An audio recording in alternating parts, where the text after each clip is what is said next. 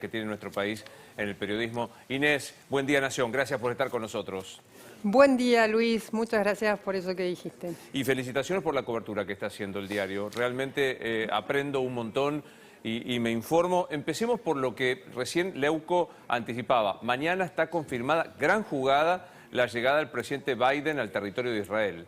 Exactamente, una gran jugada de este viaje, un viaje lleno de complicaciones, Luis, y con muchísimas apuestas que básicamente lo que van a hacer es definir el rol de Estados Unidos en Medio Oriente, su relación con Israel y su relación con los vecinos árabes de Israel. El presidente Biden llega durante la mañana, se va a reunir con el premier Netanyahu, básicamente para dos motivos que en cierta forma entran en conflicto. Por un lado, va a mostrarle su apoyo incondicional, el apoyo incondicional de la Casa Blanca de Estados Unidos a Israel en su lucha contra el grupo terrorista Hamas. Pero por el otro lado, va a tratar de insistir, de presionar sobre Netanyahu para que proteja de los bombardeos a la población civil de Gaza y fundamentalmente para que permita la entrada segura de los convoys de ayuda humanitaria que están esperando en el paso de Rafah, que es abajo en la frontera con Israel,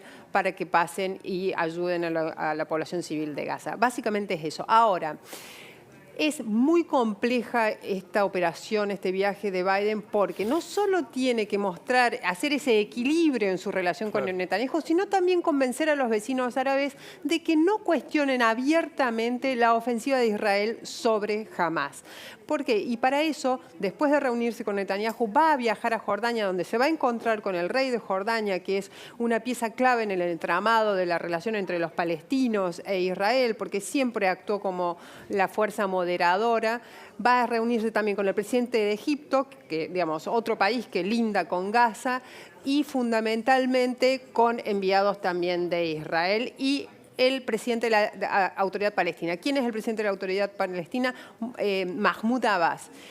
En él pretenden tanto Israel como Biden hacer descansar el gobierno de Gaza una vez que Israel dé por terminada a la organización terrorista Hamas. Claro, porque es central esto último que estás diciendo. En el eventual caso de la invasión terrestre, de la... no quiero usar la palabra aniquilación porque me trae feos recuerdos, pero del hecho de derrotar a Hamas, ¿quién se hace cargo de ese territorio que está en los palestinos? Y ahí se piensa en Mahmoud Abbas, el responsable de la OLP, de la Autoridad Palestina. Exactamente. Bueno, es la Autoridad Palestina que está básicamente dirigida por Al-Fatah, que es una organización política que desciende de la OLP. Hay dos desafíos acá, un poco lo que vos contás, Luis. Primero, el de derrotar, el de dar por terminada a la organización terrorista Hamas. No va a ser fácil. Primero, aún todavía no lanzó su gran ofensiva, su tan esperada, anticipada ofensiva Israel. ¿Por qué? Porque también meterse en las calles de Gaza, meterse en sus poblados y sus túneles, no le va a ser nada fácil a Israel.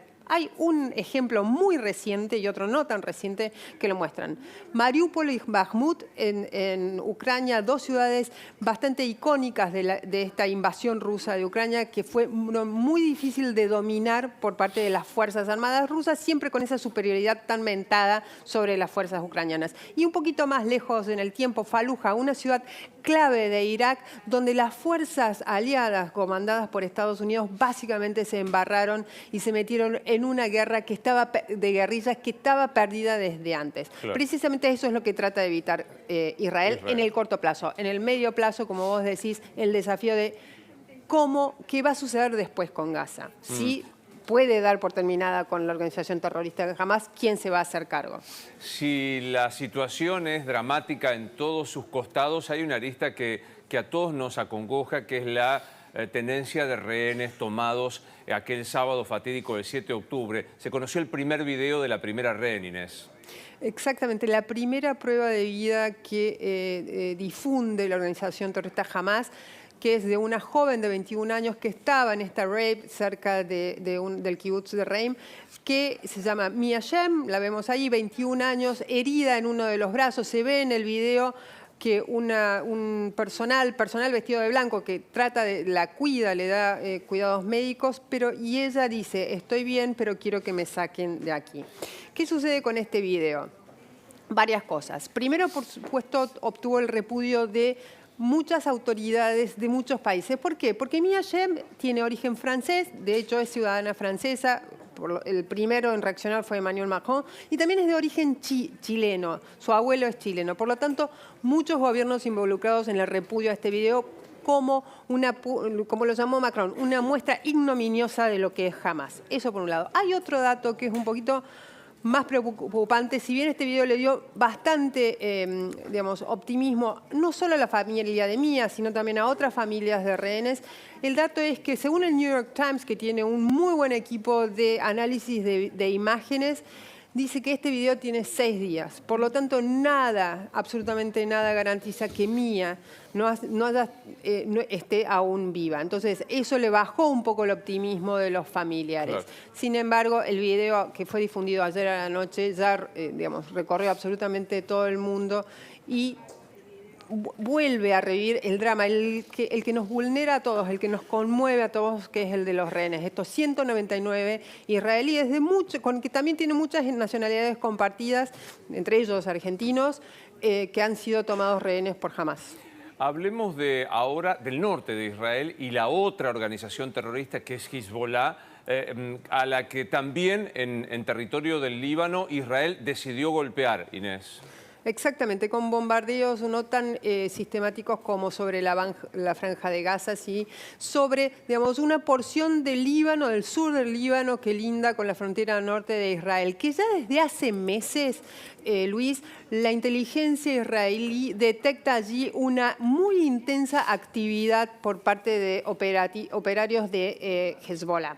¿Qué significa eso? Que primero, la forma más tradicional en cómo Hezbollah atacaba el norte de Israel a través de túneles. Empezaron a construir nuevamente túneles que habían sido desarticulados por Israel, volvieron. Y por el otro lado, cruces de una frontera que está completamente militarizada para atacar a ciudadanos israelíes en el norte. Eso desde hace meses. Ahora, de forma preventiva, para evitar que a través de Hezbollah Irán ataque con toda su furia el norte de Israel y abra un nuevo frente, entonces Israel ha decidido hacer ataques preventivos, lo que llaman las fuerzas de defensa israelíes ataques preventivos con bombardeos sobre el sur del Líbano. Decía cuando te presentaba que es muy impactante la cobertura que ustedes están haciendo en La Nación, porque no solo te permite entender lo que ocurre allí en el territorio, sino darle un marco más global. Recomiendo mucho, hay notas que se publican de Thomas Friedman en La Nación y que hace hincapié en el marco más global, es decir, tensión Rusia-China por un lado y los Estados Unidos. Dame tu visión de esto, Inés, por favor. Justo estaba preparando una charla que tengo que dar mañana, Luis, y básicamente lo que decía, nosotros por ahí lo vemos como muy recluido a Medio Oriente, pero este conflicto no hace más que avivar todas las fracturas que hoy dominan el mundo. Fundamentalmente las fracturas entre Estados Unidos y China. Y también, por otro lado, Rusia, que es el aliado de China y que hoy está metido en una guerra. Pero también hay fracturas internas en todos los países, Luis, que este conflicto aviva. Por ejemplo, hubo 3 atentados en los últimos días en Estados Unidos, en Francia y en Bélgica, completamente alimentados por este conflicto. Un conflicto que aviva los odios religiosos, que aviva los odios raciales y que eso hace que los extremos de ambas partes reaccionen con violencia. Eso, para todos los países, en especial los europeos, donde hay una enorme cantidad de migrantes de países musulmanes, es una enorme, tal vez la mayor preocupación por este conflicto. A su vez, a nivel global, en la geopolítica, en el gran tablero de ajedrez global, lo que hace esto es que China y Rusia esperan que Estados Unidos se embarre hoy nuevamente en este conflicto entre israelíes y palestinos.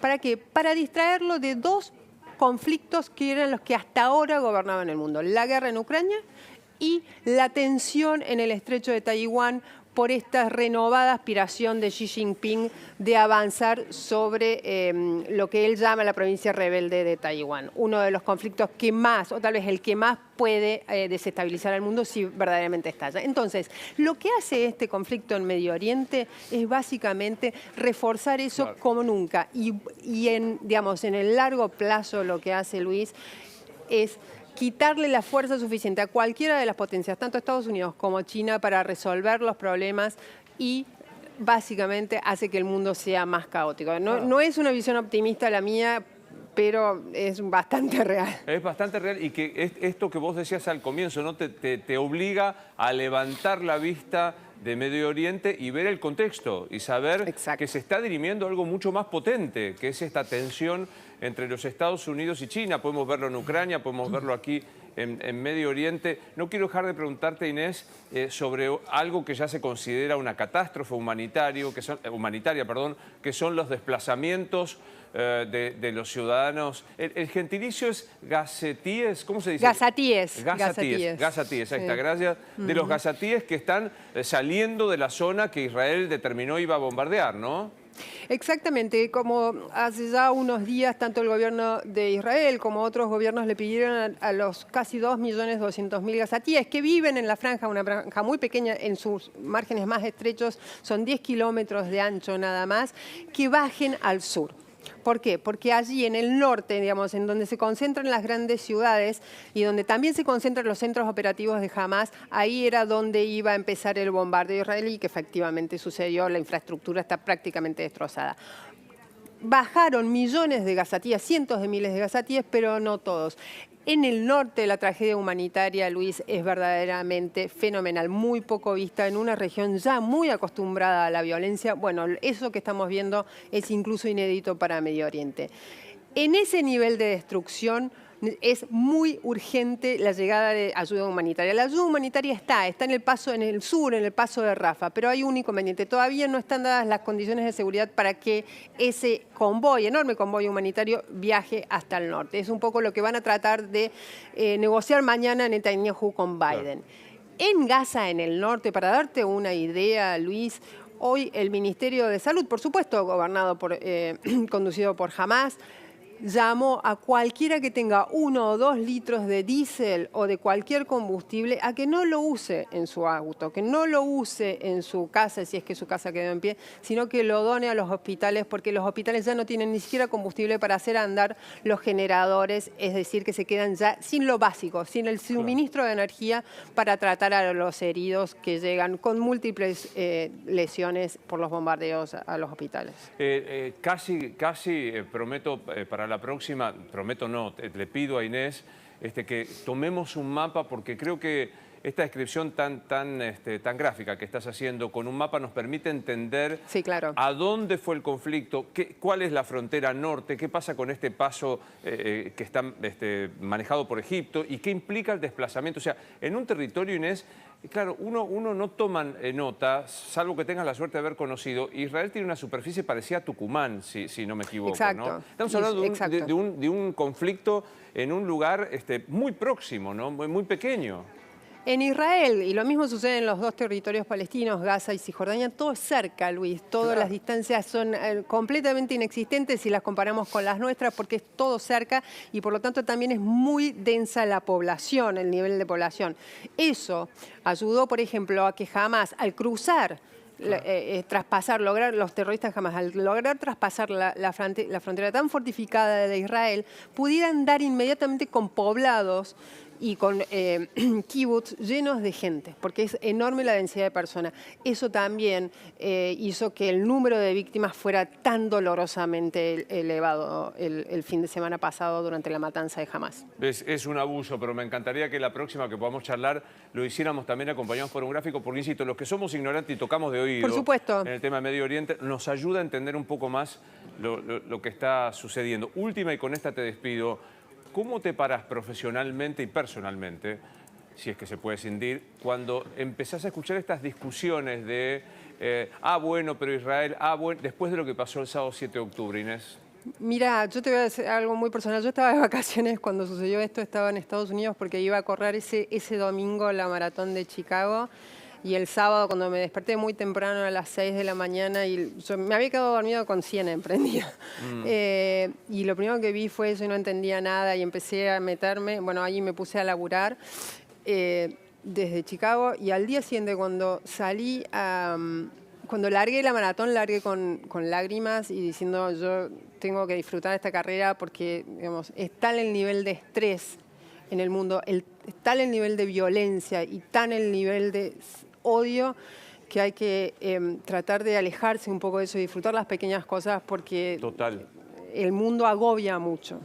¿Sabés que a mí me pasó algo parecido y me provoca la pregunta que, bueno, la filosofía ha intentado responder, es que viendo esto, si la condición humana, si el hombre progresa, si hay progreso, ¿no? Entre comillas, porque digo, esto da la sensación de un retroceso a lo más elemental, ¿no?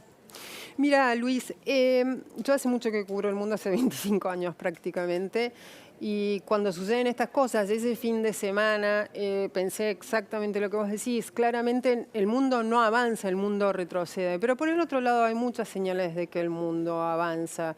El nivel de pobreza global, si bien repuntó con la pandemia, es mucho menor que hace 10 años, es infinitamente menor que hace 20.